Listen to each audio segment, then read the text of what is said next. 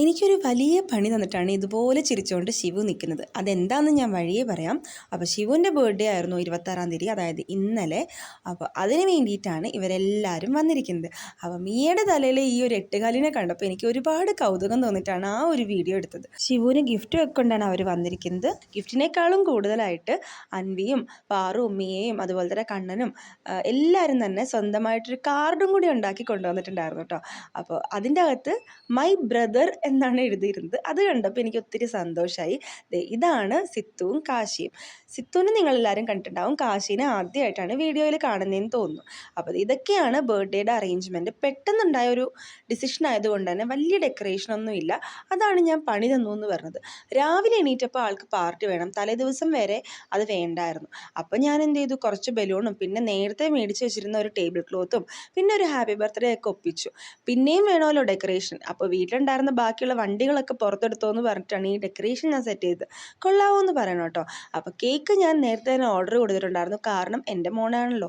ഇത് എന്താണെങ്കിലും മാറി വരാൻ ചാൻസ് ഉണ്ടെന്ന് അറിഞ്ഞതുകൊണ്ട് തന്നെ ഞാൻ 1 കിലോയുടെ കേക്ക് നേരത്തെ ഓർഡർ ചെയ്തത്. ഇപ്പം നന്നായില്ലേ, പറയാതിരിക്കാൻ പറ്റില്ല. നല്ല അടിപൊളി കേക്കായിരുന്നു. മാംഗോ ട്രഫിളാണ് ഓർഡർ ചെയ്തത്. നമ്മുടെ തമ്മനത്ത് ജംഗ്ഷനിൽ തന്നെയുള്ള ബെസ്റ്റ് ബേക്കറിയിൽ നിന്നാണ് കേക്ക് ഓർഡർ ചെയ്തത്.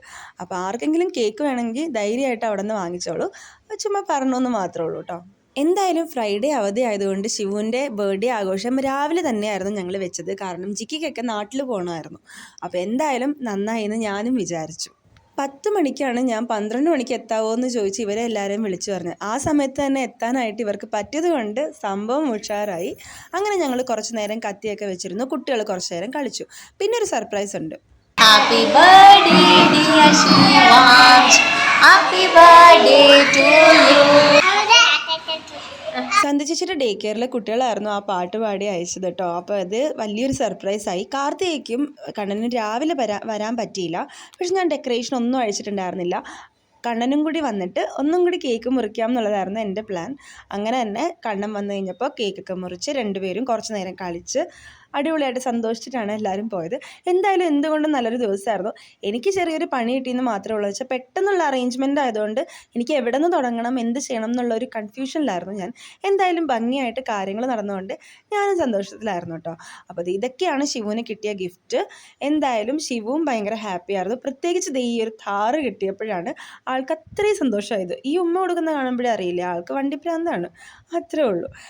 പണ്ടാരോ പറഞ്ഞ പോലെ പിള്ളേർക്ക് എന്തെങ്കിലും ആഗ്രഹം ഉണ്ടെങ്കിൽ നമുക്ക് ചെയ്യാൻ പറ്റുന്നതാണെങ്കിൽ അത് ചെയ്തു കൊടുക്കണം എന്നുള്ളത് പറഞ്ഞില്ലേ, അതുപോലെ ഞാനും വിചാരിച്ചിട്ടുള്ളൂ. എന്തായാലും സംഭവം ഉഷാറായിട്ടുണ്ട്. ജിക്കി എടുത്ത കുറച്ച് ഫോട്ടോസാണ്. അപ്പോൾ ജിക്കിക്കും ജിക്കിയുടെ ക്യാമറയ്ക്കും നന്ദി പറഞ്ഞുകൊണ്ട് ഈ വീഡിയോ അവസാനിപ്പിക്കുന്നു.